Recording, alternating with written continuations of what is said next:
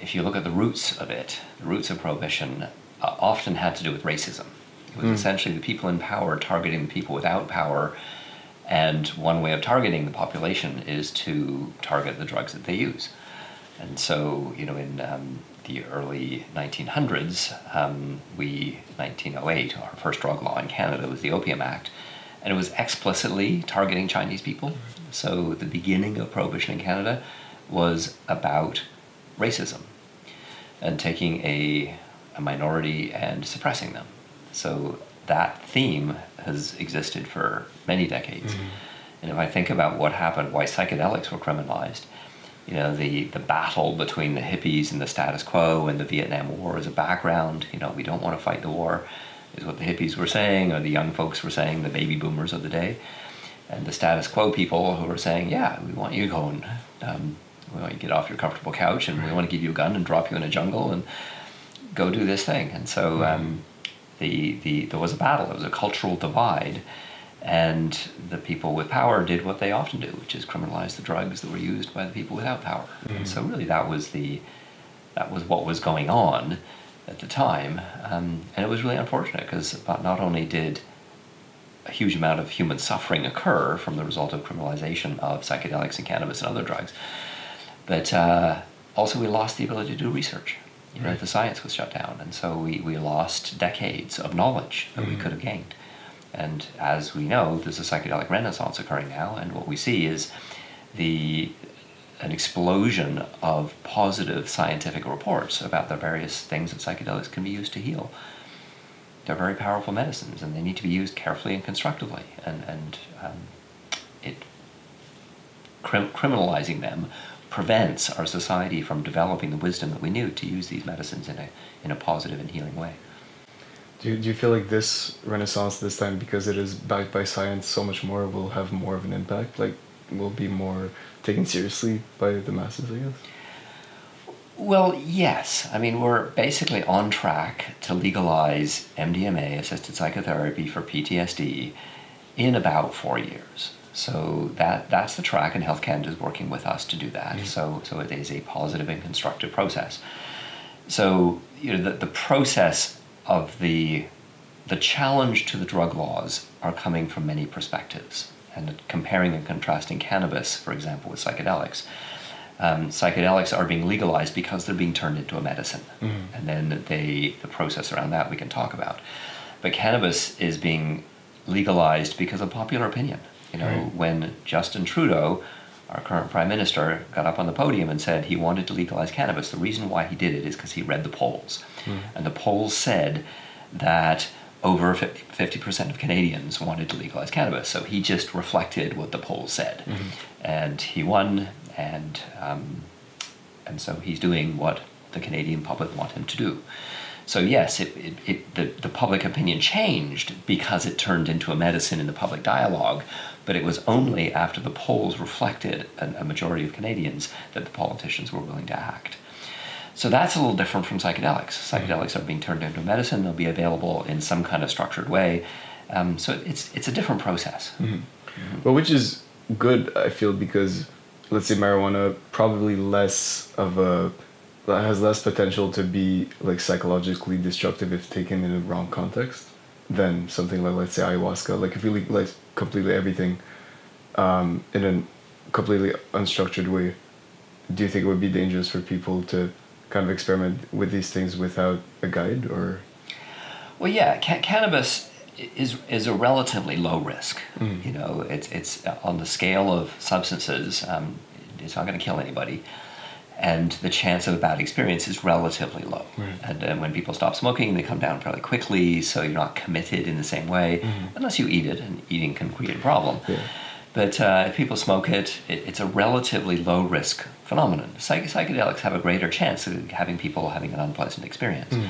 So it's interesting, if you look at the risks from all drugs, really can be broken down into 3 categories.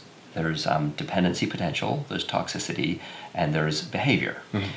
So if you look at psychedelics, the dependency potential is essentially zero. It's awfully close to zero. I mean, I worked in the addiction services for 30 years, and nobody ever walks into my office saying, hey, I can't stop taking LSD. It just doesn't happen. Sometimes even it's negative. Like after an experience, you're like, okay, I'm not touching that for another month or yes. 6. So dependency potential is very low. Toxicity of classic psychedelics is incredibly low. And one could argue that LSD is less toxic than water. Now, the argument is, if you look at active dose to lethal dose, how much does it take? So what is the active dose of LSD? It's somewhere between, let's say, 100 mics. So people can take 1,000 times that and not die. But if you have, what's the active dose of water? A couple of glasses a day, 5, 6. If you took 1,000 times that, you die, right? So one can argue, in fact, Albert Hofmann, who invented it, argued it's one of the least toxic substances on the planet. So toxicity is really, really low. Dependency is low, but that doesn't mean there's zero risk. The risk from psychedelics really comes from behavior. And some people take psychedelics and behave obnoxiously, driving a car, yelling and screaming, whatever, just really bad behavior. And one of the things that I do is I have Google alerts, and I have all the different psychedelics on different alerts. And so every day I get a summary of what happened around the planet around psychedelics. And there's a lot of bad stuff that happens. But when I look at the story and I say, what was the cause of this problem? It's always one thing, which is lack of supervision. Right. So supervision and clean access to known products. And so those are problems of prohibition. So if we didn't criminalize them, then we would have the opportunity to set up safe circumstances. And safe circumstances essentially means we need a profession. We need a profession, I call it a psychedelic supervisor. We need to have somebody in charge of offering psychedelic experiences to people. And so I'm advocating for the creation of that profession. Right. It's interesting to look at how I believe that profession should be created, because I work with the Multidisciplinary Association for Psychedelic Studies. So the profession should be multidisciplinary. So if I was in charge, what I would do is I would gather a group of people around the table. They would include a psychiatrist who manages prescription medications. It would include a psychologist who works with what happens between people's ears. It would include a social worker who does group counseling, family counseling, and couples therapy. It would include a variety of different indigenous people, the peyote folks, the ayahuasca folks. It would include, a regulator, a government regulator. It would include a whole variety of different people from different disciplines who would like to contribute to this discussion. And then I would ask a very simple question. How are we going to develop best practices to guide this new profession, this new professional psychedelic supervisor? And that table would come up with the answer. And then we would create the discipline, we would create this profession. It would be similar to a doctor, lawyer, or veterinarian, or accountant, and that they would be accountable to a professional body. And that body would be accountable for best practices. And so people would be able to be trained to be psychedelic supervisors. They would be able to function in that context. They could have different specialties. What it takes to offer an ayahuasca ceremony is completely different from what it takes to work with post-traumatic stress disorders in a therapeutic setting, which is, again, completely different of what it takes to work with a multi-day music festival. So it wouldn't matter what the circumstances were, but somebody would have to be in charge, and they would have to be trained to do that piece of the work. So psychedelics could be available in a whole variety of different contexts, so long as they were supervised by somebody who was adherent to best practices and trained and professional. And if there was a concern about the person's behavior, it could go to the body that was responsible for supervising the supervisors.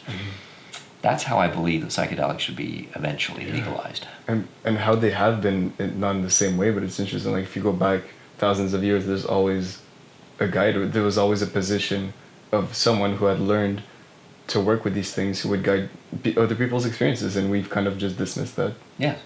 Yeah. And partly we've lost that way of thinking about it because they've been criminalized. When they become criminalized, you can't develop a profession. It's not possible. So then the behavior becomes clandestine. We lose the controls that ancient wisdom shows us is the way to control these things for, as you say, forever. And so the process of criminalization really destroys the structure of safety that has been used forever Yeah. to manage these kind of settings. And then what we experience as a society is the behavior gets a lot worse. Yeah. So the process of criminalization of psychedelics has produced huge problems for us. It's almost like mimicking something like an individual psychosis, but on a mass level, because it's, you know, when someone pushes something back and doesn't want to look at it, it only gets worse, like psychologically. So it seems like it's happening. Absolutely. You were talking earlier about how the war on drugs was initially like a race thing. Also, like the whole like prison industrial complex. I don't know. I've only read a bit about it, but would you want to expand on like what happened, let's say in the 80s or?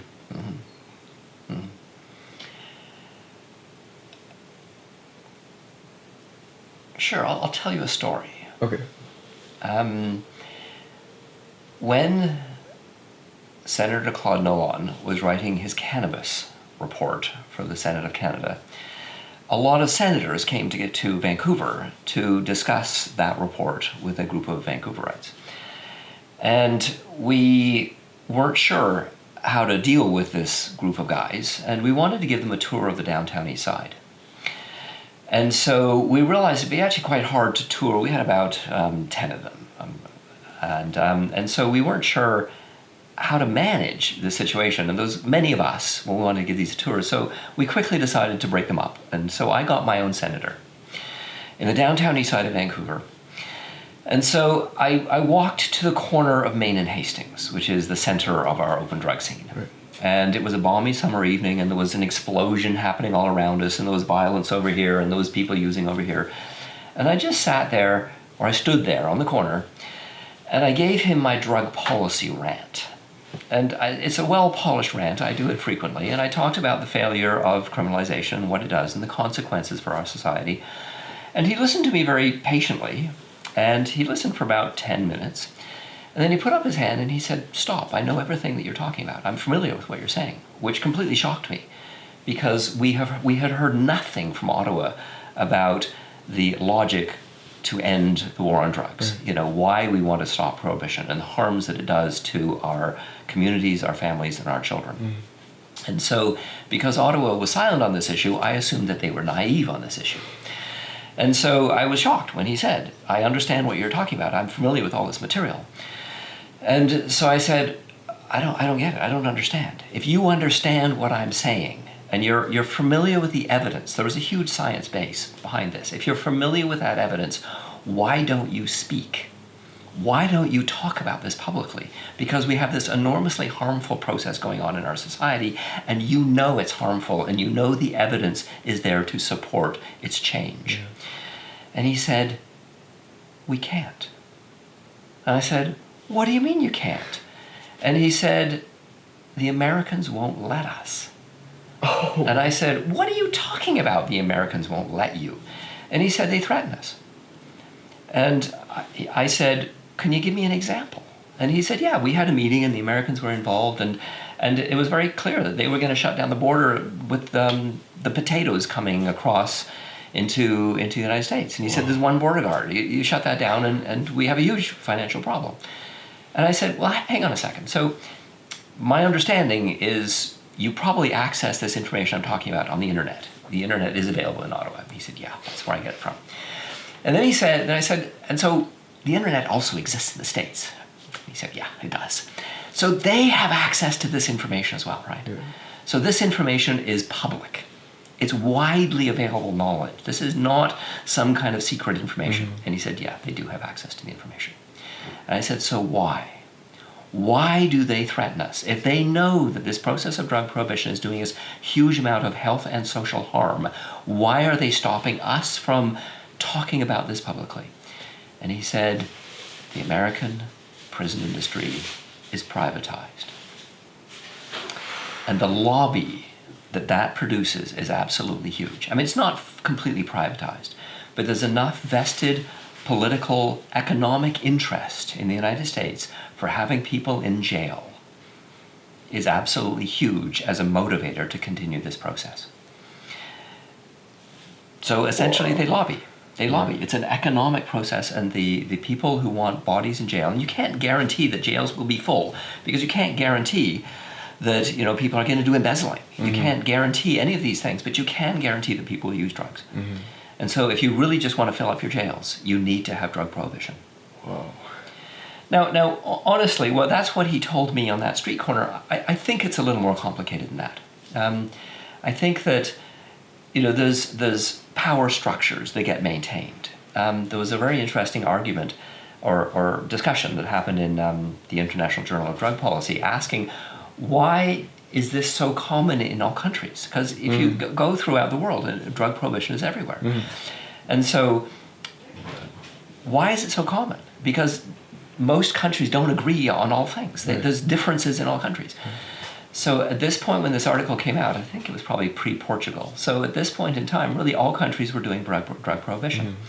And their argument was dictators and politicians and people that run countries need the leverage that drug prohibition gives them to exert power on their people, because it allows you to build up a military. And so it allows for power to flow in a certain way when you have drug prohibition. So I think that's an argument as well that needs to be thoughtful.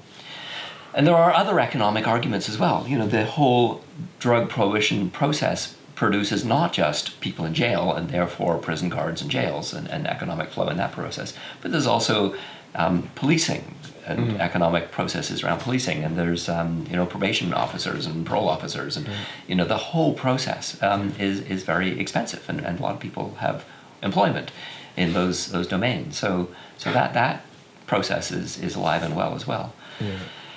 And also politicians use it. Politicians use drug prohibition. If you want to become elected, one of the strategies that's used fairly frequently, it's essentially, I will protect you against a bad guy. Who the bad guy is varies widely depending on the time and the place and the circumstances and the decade, but a bad guy gets identified, and the politician stands on the podium and says, you really need to be afraid of this person, and I will protect you. I will save you from the threat of this person. And that's a very old strategy. It's an old political, and it works. Yeah. It works because it promotes fear. Yeah. And we, as a human species, have lots of fear. And if a politician can stimulate our fear and offer to protect us, it's a very skillful political strategy. Yeah. Protecting children. And various people have been identified as the bad guys over the years. And drug users are a relatively easy scapegoat to target if you want to become elected. So there's a variety of reasons why drug prohibition exists. It's not just racism. It's economic, it's power, it's political. So that's why it's so difficult to change. But all the reasons you name are still on purpose. Like, that was one of the questions I had for you. It's, do you think this is just ignorance from the part of, government officials and whatnot, or if it's if they know what they're doing? And clearly you just answered that to a level that I couldn't even have imagined, really, because I always had a suspicion that whoever was in charge honestly hadn't ever either tried those drugs themselves or even thought about it. Like, it was just like this sort of ignorance, like, oh, drugs are bad, so I'll make them illegal. Well, I think there's both. I think there's politicians that have no idea, and they haven't bothered to look at the science, and quite frankly, they don't care. And so they are completely naive and ignorant, and they do it just because that's the way it is. So those folks exist. But anybody who's bothered to look at, Google, drug war, and read for 10 minutes, anybody who's bothered to look at it will quite quickly have their naivety challenged. I mean, the information is widely available and out there. So to be able to look at that so easily and then dismiss it is clearly because it serves you to believe otherwise. Yes. Yeah. Yeah.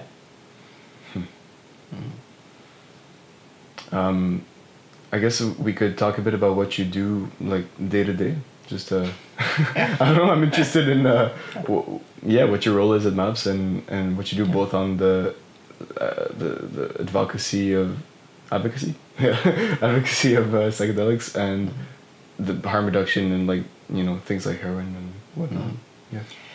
Yeah, I'm involved in many different ways in the drug world. So when I have my MAPS Canada hat on, I'm the executive director of MAPS Canada, and I talk about how we're going to legalize MDMA-assisted psychotherapy for post-traumatic stress disorder, and engaging the public in a dialogue around healing. We've specifically chosen to target groups that are seen as having a high degree of social sympathy, both in the United States and Canada. The military, for example, military and first responders, cops, police, ambulance drivers, firemen, and military people are hugely impacted by post-traumatic stress disorder. It's really difficult to be in battle. It's also really difficult to show up in environments where there's bodies around and blood. And, the trauma, I've done a ride-along with the Vancouver Police Department, and what I saw was two highly skilled cops dealing with very, very difficult situations. Very challenging. And so I completely understand how difficult their jobs are. To be in a war, in spite of those wonderful, beautiful recruitment posters that tell you that you're going to have a lot of positive, challenging, beautiful, interesting experiences if you go to war, the truth of the matter is it's horrible. Being in battle is a very difficult situation.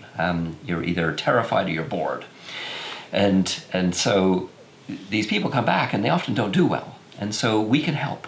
The treatment for PTSD currently is it's either called prolonged exposure or flooding. So what does that actually mean? It means that you take an individual, for example, who's been in battle, and you create their environment of stress. You create images, you create noises, you create videos, you put them in the environment where their stress is stimulated. And you keep that degree of stimulation going till they eventually kind of get used to it and they desensitize. Now, the way the science says is the dropout rate is high. Now, nobody wants to have that experience. People don't want to have their trauma re-stimulated. Yeah. So the dropout rate is high, and it doesn't work very well. As a therapeutic approach, it's relatively ineffective. So it is a low success rate, and the dropout rate is high. With MDMA-assisted psychotherapy, the dropout rate is low. It's relatively efficient. The prolonged exposure can take years. The MDMA takes months. The MDMA-assisted psychotherapy takes months, not years. And it's effective. It works quite well, and the dropout rate is low. So what we have to offer the Canadian and the American military is a significant process of helping their veterans to heal. And we would also like to offer that to first responders. Do you want to talk about the specifics of what MDMA actually does for people who don't know? Like, how does it open up the opportunity to heal? Sure. If you think about what PTSD is, it's an unconscious tape loop. Now, what does that actually mean? When you drive a car, you're not driving it with your conscious mind. You're driving it with your unconscious mind. You don't say in your conscious mind, I need to push my right foot down to increase the speed of the car. Where's my right foot? Okay, push my right foot down. That doesn't happen when you're driving a car. Your car driving tape loop is an unconscious process that works normally until something urgent happens. And then suddenly you stop thinking about lunch or what's on the radio, and suddenly it becomes conscious. But in the normal process of just driving safely around the city, you're driving in your unconscious mind. So what we have is called tape loops. We have a car driving tape loop. We have many tape loops. When we're learning something, it's conscious. When we first learn to drive a car, we have to figure out the knobs and the buttons and the dials and, oh my gosh, the pedals, and we think about it consciously. But once we've started doing the behavior, it then drops into our unconscious mind and becomes unconscious. So what happens when we have a tape loop that is problematic in our unconscious mind? And so psychologists and psychiatrists have been struggling with that question for a huge length of time because it's really difficult to access because it's unconscious. Yeah. And MDMA-assisted psychotherapy reduces the permeability between the conscious and the unconscious mind. So we have access to the unconscious material. That's just one issue, though. The other issue, or one of the other issues, is the fear response. Specifically with PTSD, when traditional treatments get close to the actual tape, the huge fear response reaction is triggered, and then people don't want to continue because they're now vibrating with fear. And that's really challenging. MDMA reduces fear. So that triggering response that's really problematic isn't there. And then the third thing that MDMA offers, it's an empathogen. It's an alliance builder. That's often why people take it recreationally, is because it helps foster connection between people. Trust. And so it's empathogen means you connect with people. It allows empathy to develop. And so one of the greatest predictor of all therapeutic processes is the alliance between the therapist and the subject or the patient or the person being treated. And so alliance is the key issue. MDMA, assisted psychotherapy, is a huge alliance builder. And so it helps build the connection between the therapist and the subject. Mm-hmm. So it works. It works for those three reasons. Yeah. It makes so much sense. It's the whole trust element is, obviously seen in other cultures where they use psychedelics for healing too. Like if you're gonna have a ceremony with a shaman, there needs to be an enormous amount of trust, and that comes with, you feel it when you're both consuming, the plants. Is it? I've read that during MDMA assisted therapy, there was like the psychiatrist took a low dose and the patient took a high dose. Is that? No, not in our world. Okay. Different. There's a debate about that right. in the community of people that are providing the service. Right. Our position, the position of MAPS Canada, is if the therapist had to take that amount of MDMA, it really wouldn't work for them. And they have to go home at the end of the day and be functional with their right. children, and and so they can't be doing that. Okay. So they don't take it. There are other people who argue that if you really want to be connected in that place, that you need to take a low dose of the experience as well. And certainly the ayahuasca folks usually drink at the same time. Right. So there are Aboriginal traditions where the shaman or the leader or the peyote leader will take the medicine at the same time. There's certainly long histories of that. In our world, we don't do that, just because therapists have to be functional at the end of the day. Right, yeah. And there's a lot of therapy that they do, so they'd have to do it. Patient after patient. It would be quite challenging for them. For sure. I know BC is especially being hit by opioids epidemic right now. Yeah, I'm involved with a discussion around the solution to the fentanyl crisis. Is the way some people call it. I don't call it a fentanyl crisis. What I call it is a crisis of drug prohibition. So we have a huge overdose death thing happening in this city and across the province and across the world. And I'm involved with that discussion. And, if it depends how you frame it. If you think of this as a fentanyl crisis, then the solution is to get rid of fentanyl. And so how do you do that? Well, you ramp up your police response. The only problem with that is it doesn't work. And it's never worked. It's never worked anywhere on the planet. So I actually collect the research around that. I think I have now 64 journal articles looking at the ineffectiveness of the police response. It doesn't work. So there's a lot of science that says that approach isn't going to help us. It has never helped us historically. And if I think about why people are dying, it's not because of fentanyl, it's because of the prohibition of opiates.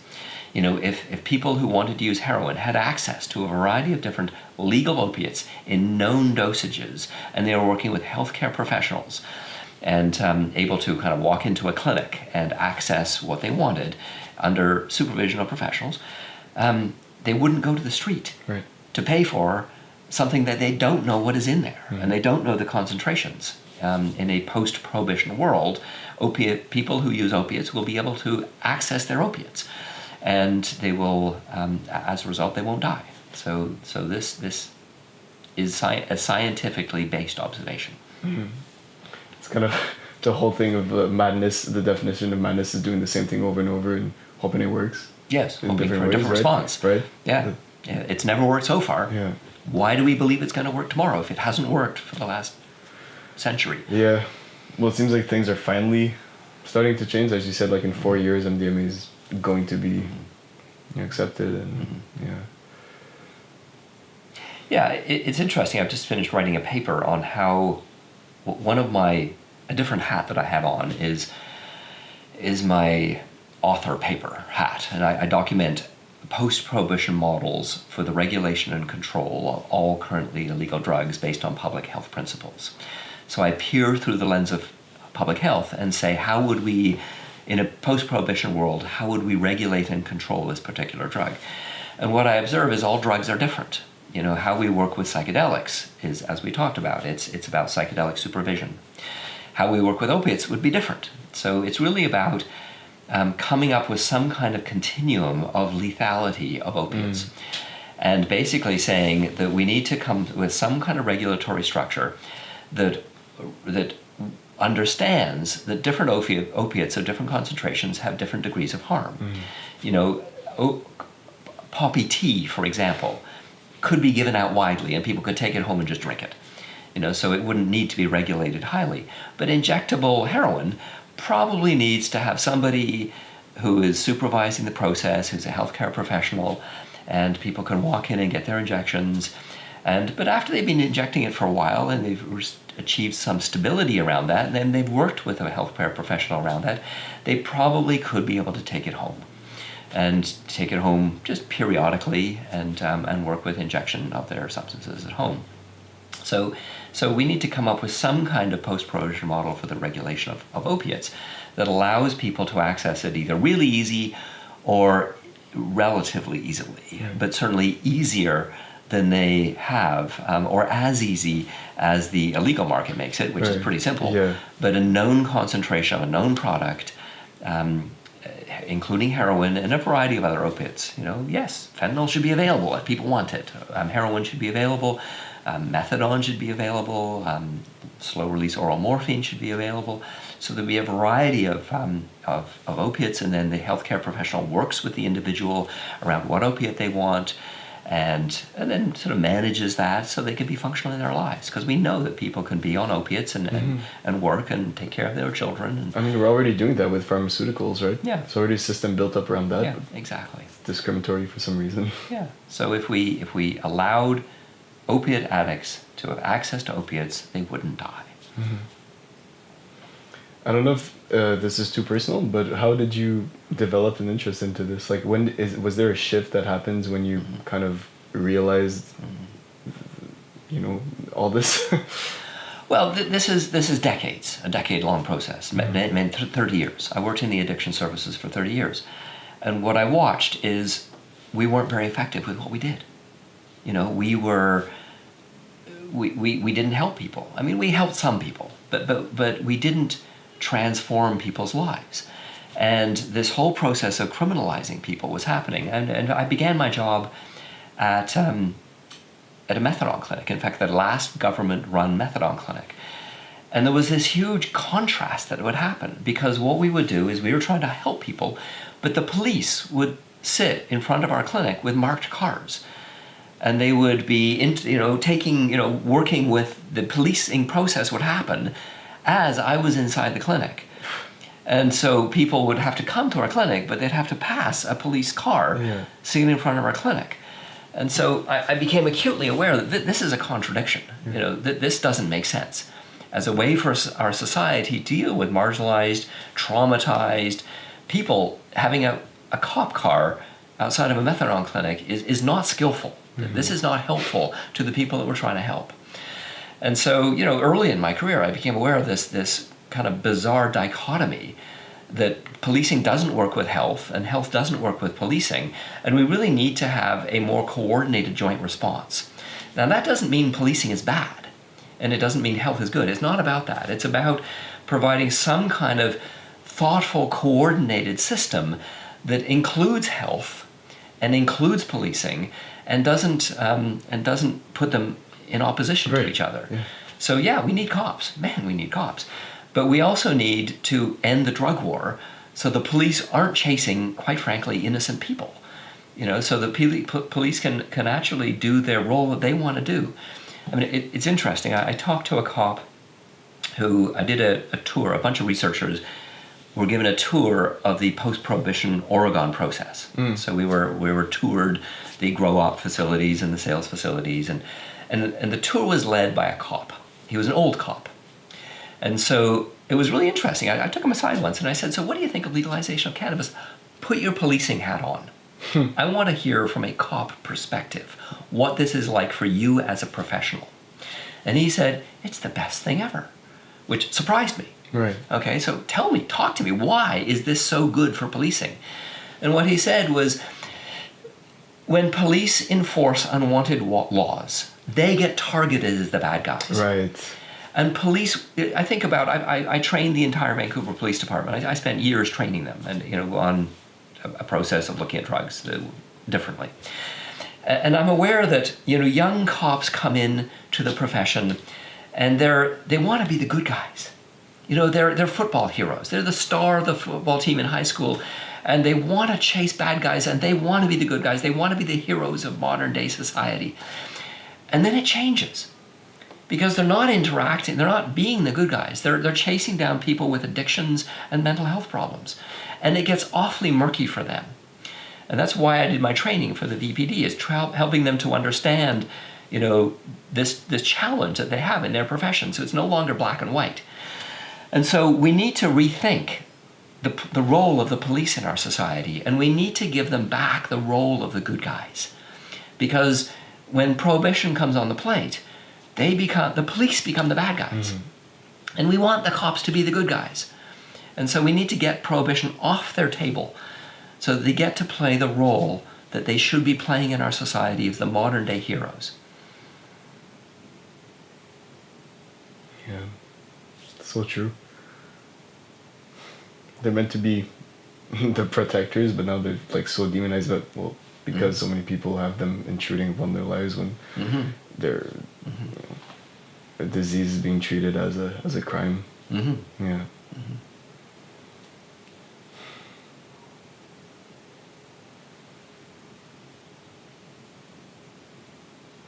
It's a big issue. We seem to, out of all the people I've interviewed, you seem to be the one who's done the most work, whose work branches off in so many areas of the drug war. It's really interesting. It's also curious, because the American policing process is somewhat different from the Canadian policing process. And I really think about the sort of three levels of functionality of police departments. And honestly, I think the Vancouver Police Department is the highest functioning. The creativity and the positivity of the Vancouver Police Department never ceases to surprise me. For example, when Stephen Harper said he wanted to ramp up the drug war against cannabis, the response for the Vancouver Police Department was to hold a media conference. They talked to the media and they said, we're out, we're finished. We're not going to do it anymore. We're going to, as of today, we're stopping enforcing cannabis laws. Wow, I've never seen any police department doing that on the planet. So I really appreciate that for the Vancouver Police Department. But they got challenged. Yes. And in fact, the equivalent of Drug Free America challenged them. And they challenged them very publicly. And the VPD did not back down. In fact, they produced a report. I have it. It's available. I can give it to you. And they basically documented and made publicly available all of their logic as to why they weren't going to enforce cannabis laws anymore. So I really appreciate the constructiveness of the Vancouver Police Department. So that's one end of the continuum.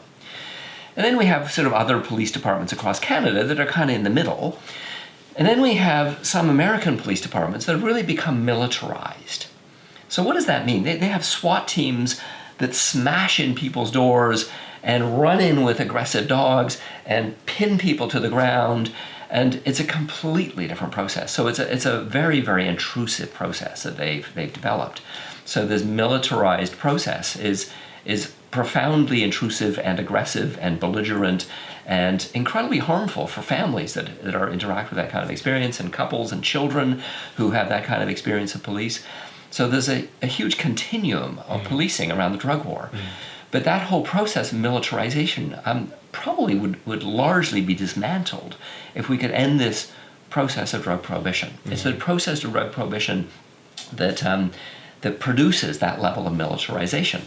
Because usually if you think about other drugs, if you think about other crimes, if somebody gets murdered or somebody gets embezzled, there's an informant. Somebody says, I have a dead body here, come and help.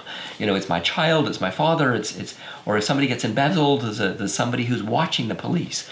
But with drug crimes, it's quite different, because it's between consenting adults, usually. And so there's no informant. So in order to get information and to find out, what's going on and to target people, You need to ramp up your policing to make the whole thing work. And that ramping up has produced a huge level of problem. So specifically in the States, it doesn't happen as much in Canada, but we need to end drug prohibition for many reasons. I have a last question. Sure. This is kind of general, but what's your opinion on what the decriminalization of psychedelics in particular would do to society's, collective consciousness, I guess, or just to the, to society in general? Mm-hmm. Well, there are some extreme idealists out there that believe that psychedelics are going to help everything. Mm-hmm. I'm not one of them. So I think psychedelics will be helpful when psychedelics are eventually legalized, and I believe they will be. I think that there will be some new treatment options that are available for things like treatment of PTSD and end-of-life anxiety. They will allow people to have different types of spiritual experiences, and then hopefully work with those spiritual experiences in terms of insight, in terms of living happier and better lives. But I'm not naive. I don't think psychedelics will be a cure-all. I don't think they're going to help climate change. I don't think they're going to help, a lot of societal problems that we have today. Power imbalances in our society will go on. I don't think that will change. I think the inegalitarianism, the concentration of wealth at the top of society, and the poverty at the bottom of society is not going to be helped by psychedelics. That needs radical social change, and psychedelics aren't going to help that.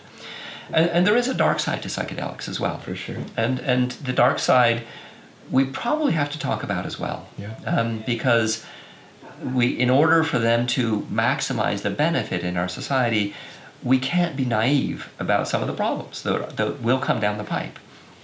And I'd be willing to talk to you about that as well, if you'd like. Yeah, I really wanted to touch upon that, actually, Okay. because, I don't know, a lot of things I've seen in the media seem to kind of ignore many of the dark sides, Yeah. as you've said, and from my personal experiences with them, I've seen them as really important, the dark parts, and like something that shouldn't be ignored, that should be respected. And well, we can talk about there's many of them, but the one that pops up in my mind is like the risk of psychosis in all its forms, right? The flirting with this kind of this massive, it's like a playground where anything can happen. And Well, I think there's a whole list.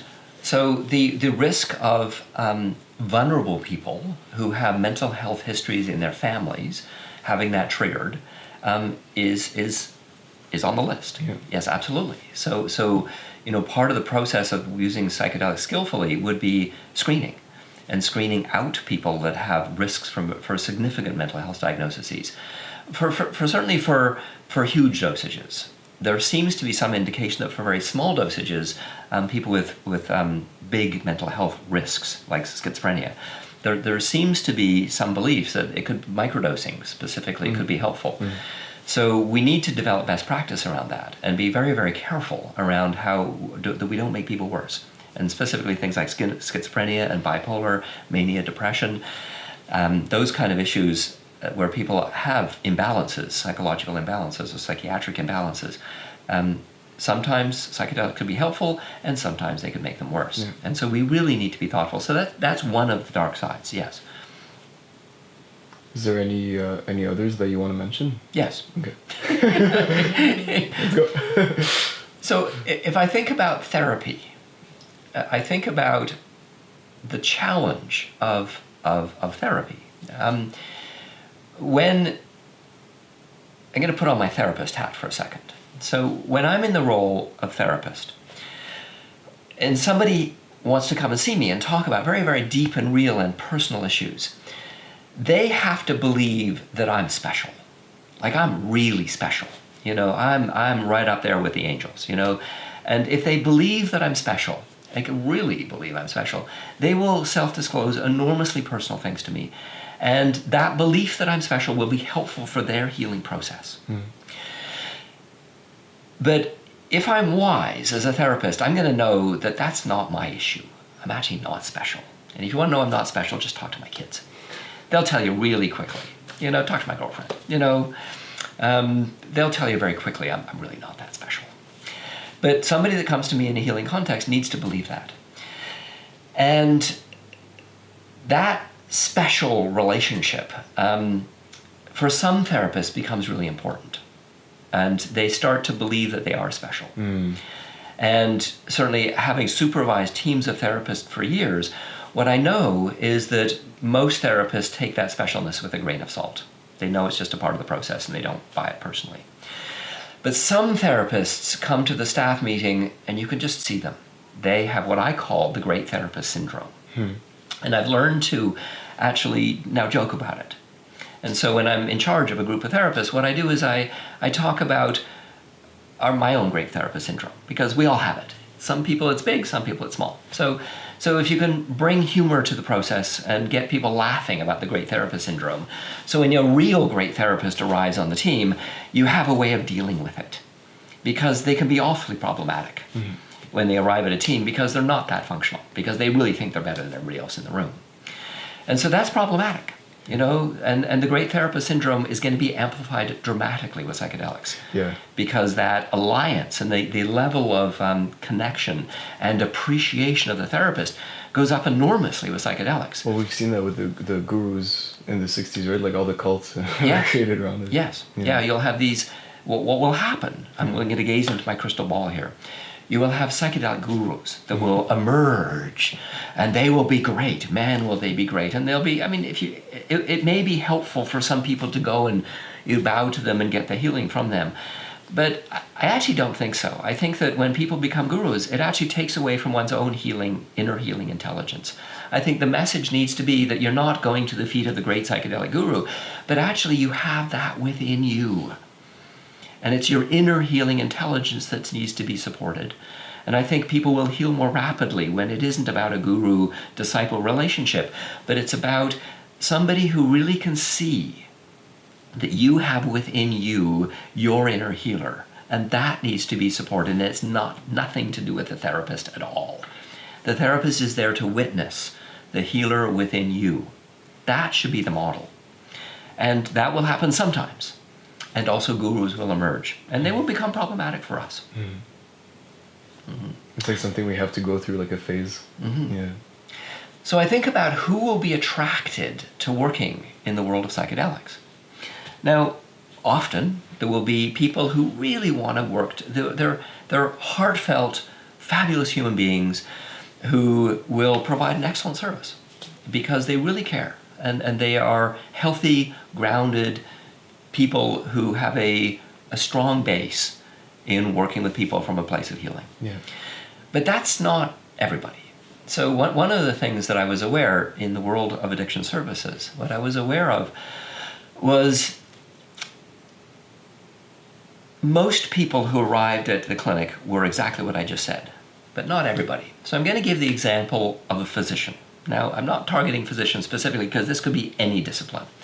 But I'm going to give the example of a physician. So if a young physician is in training and goes and receives different rotations, and they do a pediatric rotation, and they do a dermatology rotation, and they do an oncology rotation, and then they do an addictions rotation.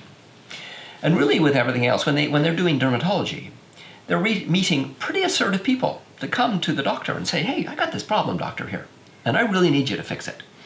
And that person will hold the physician accountable for what they do to that problem that they have on their skin. So the level of power imbalance is about this. It's not completely equal, but it's pretty close. Yeah. When they do their addictions rotation, they meet a very different population. And they meet a population that they need to say no to. Hey, doctor, I want more. And the appropriate answer is no, you can't have more. So the power imbalance is this. And they get attracted to that rotation. And they get attracted to that rotation because the power imbalance is attracted to them. Essentially, quite frankly, they're predators. Yeah. And one of my jobs was to suss those folks out and ask them to leave. And they exist. So if they exist in the world of addictions, they're going to exist in the world of psychedelics even more so, because the power imbalance is massive. For sure. I know I keep talking about shamans, but I've seen that in the, the rise in the tourist industry obviously created a lot of people who just want to take advantage. Yes, absolutely. So we can predict that that's going to happen. And so really that's why we need to have, in the new profession of psychedelic supervisor that we talked about previously, we need to have a body of best practice. We need to have a level of accountability with that profession that can hold those folks accountable. We need to have professional accountability processes in place, or we're going to have a huge problem on our hands. That really does sound like the best way to go about it. Like, you've clearly thought this out quite a bit. Is there I don't know, a book coming out? Is this are you writing papers about this whole are you, I don't know how to say this, like consolidating this idea into like a process that you're going to pitch or try to implement, or? I'm always writing stuff, but I'm not writing that particularly, Right. Yes. Yeah, no, but it just sounds like you're the first I've heard articulate like kind of a plan of action so precisely, and that it makes a lot of sense to me. So I feel like, I don't know, do you just trust that it will happen naturally with the decriminalization of everything, or do you want? No. Right. I think we need to have this discussion. Well, yeah. We need to have this discussion publicly. I talk about this stuff at conferences. Yeah, okay. I think we need to have this as a very public discussion. So the way to go to implement like these precise things like this I guess framework for it is just disseminating information as much as possible, conferences, books, essays. Yeah, we need a public dialogue about this stuff. Right. It's also interesting because we could have predicted cannabis would be legalized. We didn't know when, but we could have predicted, based on the wave of legalization of cannabis in the United States. We knew it was going to come to Canada. But the governments didn't prepare. It was a big surprise. Oh my gosh, what are we going to do now? And then this urgency, oh my gosh, we don't have enough time. Well, we need to learn the lesson from that. So we need to say we can predict that psychedelics will become legalized in around 4 years. MDMA-assisted psychotherapy is going to be legal. So we can put governments on notice that we need to start the process. We need to say, how are we going to legalize that? The knowledge is there. The people who are talking about it is there. The models are there. So what we need is governments to step up to the plate and say, okay, let's not do a last-moment crisis thing on this. Let's actually be thoughtful and engage the people in a dialogue and actually start to build this process so that we're ready when it happens. As opposed to going, surprise, surprise, where did this come from? Which is what tends to happen. We can see it coming. The crystal ball is actually relatively easy to read. So we could prepare. And then we're ready, and then it would be easy. So we need governments to actually be proactive and not just reactive. Yeah. Wonderful. Thank you. Thanks a lot.